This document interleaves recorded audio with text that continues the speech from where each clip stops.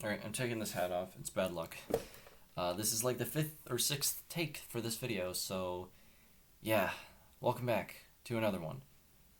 Um, I have to say everything that I just said again, but I'm going to be talking about Cyberpunk again because this game is insane, and we're almost there.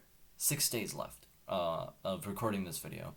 It's probably going to be like 5 by the time it goes up because it has literally like half an hour to upload. Um, I gotta be a little bit quieter because my mom is trying to sleep and probably woke her up a long time ago because, yeah, I've been trying to record this for like the past 20 minutes. But 9 years of development led up to this moment where, you know, the game is going to be released in 6 days. And for people who can get their hands on like an earlier copy, that's, you know, what, 4 days away? Four? I think four. So yeah, that's just amazing that after 9 years of development, when the PS3 and Xbox 360 were out, 9 years ago, it's finally come to the last 6 days. And it almost feels like Unisonus. I know I mentioned them a lot too. They were the inspiration for this channel, but or for this series of videos. But this countdown, I have a countdown going on in the background. I wanted to screen record it, but I cannot. But this, looking at this countdown, it's just like, wow. The wait is over. Well, not really. There's still 6 days left, but the long wait, the years, the delays, all of that is over. And we can rest easy knowing that in 6 days, we're going to be playing this game. Not me, I'm going to be like 10 days or something like that. It's going to be a while. But we're almost there. That's the thing. We are almost there. And thank you to the Cyberpunk team for working around the clock to make this game happen. And thank you to the Cyberpunk team for putting so much work into this game. Like no other game before. This is going to blow Grand Theft Auto 5 out of the water. The budget, the time put in, like the labor, the amount of detail, all of that is just so much higher than Grand Theft Auto 5. And do I think it's going to be the game of the decade? No. I think it would have been the game of, the last decade, the 2010s, if it came out last year. I'm not even mad that it got delayed until this year, though. And the reason is, they had to upgrade the game. They had to go from, like, PlayStation 4, Xbox 360 level to PlayStation 5 Series X level. And that means, ray tracing, higher level of detail, and all that they had to achieve. So they had to make the game look better and run better and all that. And they really did. And I think that delay was worth it. The other delay, of course, was for the online, which a lot of people were annoyed about. Like, why don't they just do it in an update? Sure. But would you rather download it all at once or have a forced update, right? And apparently the online mode is a completely different story. And sounds like it could be really, really awesome. So, and it's also cross-platform, so Windows 10 and Xbox One and Series X, they can all play together.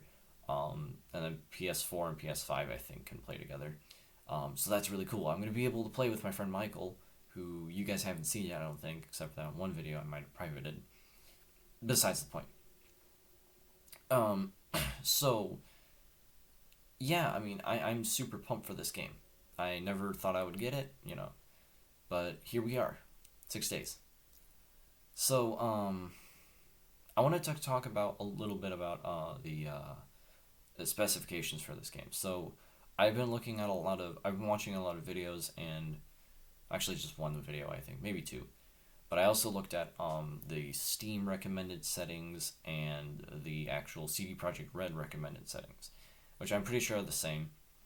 But the point is, for the minimum requirements, I saw that you needed a Intel i7 4700, I think, and for me, I have a Intel i7 6700K, so a fair bit better than what's required.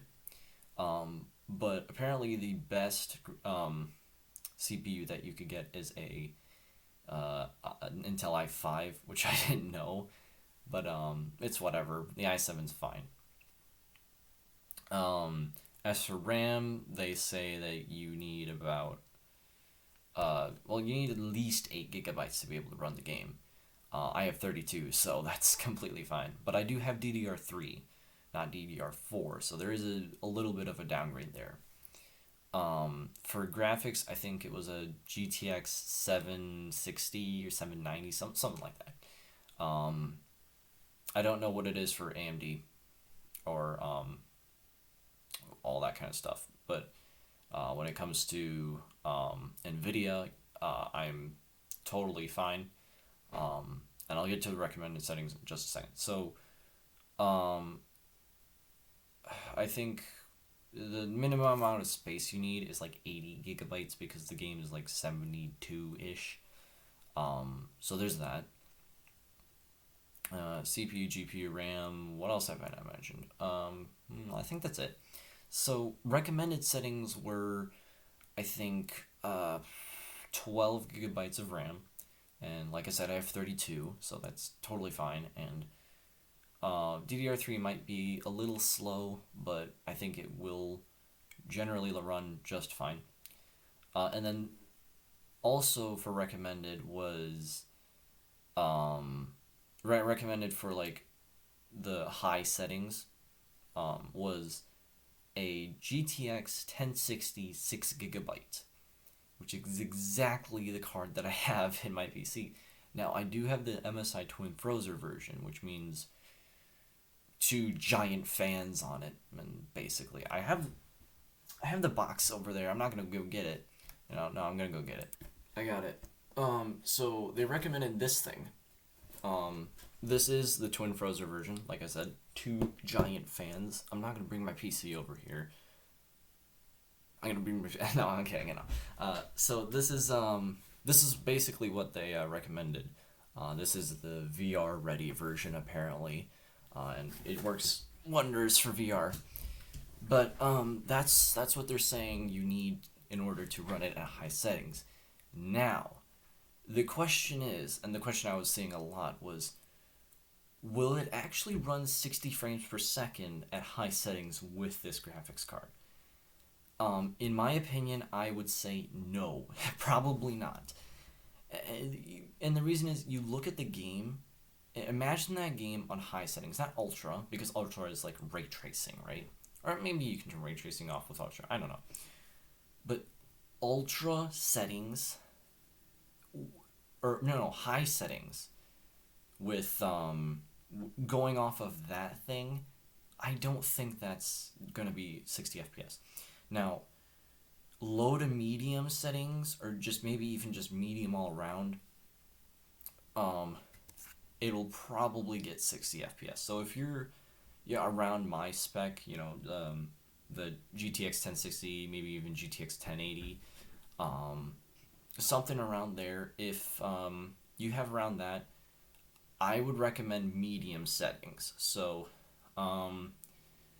obviously that's, it could be better, right? It obviously, I mean, I was thinking of even upgrading to a 1650 Super, but if you have around there, I think you should be able to go for low to medium or just medium settings with 60 frames per second. Obviously, as PC gamers, we all want more than 60 frames per second because we all have insane monitors. I don't. I have a square monitor that I use on my PC right now. But 60 frames per second is enough for me, and for other people who 60 frames per second is enough for, I think it should be able to run medium. Now, recommended for like higher settings. If you want to run it at higher settings with actual like speed, frame rate, I would say go for anything better than a 1080. So the 16 series, the 20 series, or if you can afford it, the 30 series. If you're building a computer just for this game, or if you are looking to upgrade because of this game, I would say go for like a 1650, 1660, or 2060, sorry. Because that will get you really high settings, not ultra, but I'd say high settings with 60 FPS, and that is pretty much the goal, right? Of a good PC is to have high settings and high speed with those settings. But yeah, so that was a really boring way to explain it, and I repeated myself a lot because I always do.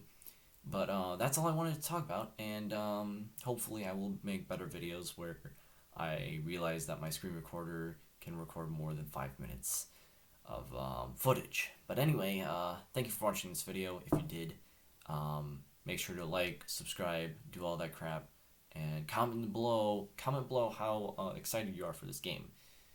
And if you pre-ordered it, and if you haven't already, please do. Anyway, peace out.